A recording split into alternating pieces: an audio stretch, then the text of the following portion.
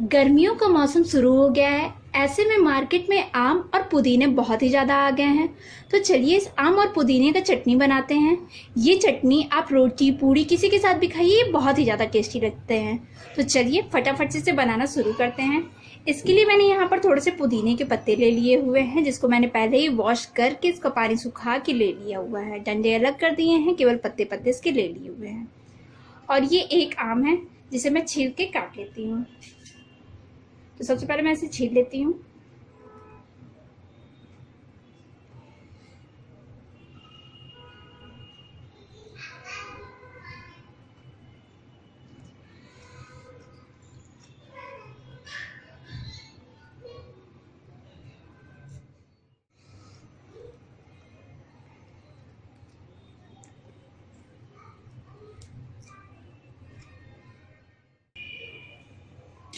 अब इसे मैं छोटे छोटे पीसेस में काट ले रही हूँ। जितने छोटे पीस होंगे उतनी पीसने में आसानी होगी।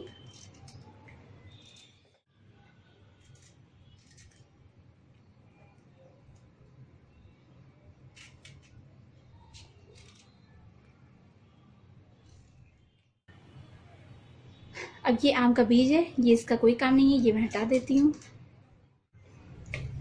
अब इन सारे को एक मिक्सी के जार में डाल दे रही हूँ। ये आम डाल दिया,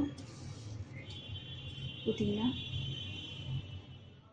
1/4 टीस्पून जीरा, बारीक कटी हुई हरी मिर्च और स्वादानुसार नमक। और ये 4 से 5 लहसुन की कलियां। अब इन सारे को पीस के मैं इसका एक पेस्ट तैयार कर ले रही हूँ। तो यहाँ पर मैंने चटनी पीस कर तैयार कर ली है और ज़रूरत अनुसार पानी भी ऐड कर दिया है। ये देखिए चटनी पूरी पीस के तैयार हो गई। तो अब मैं इसे एक बाउल में खाली कर ले रही हूँ।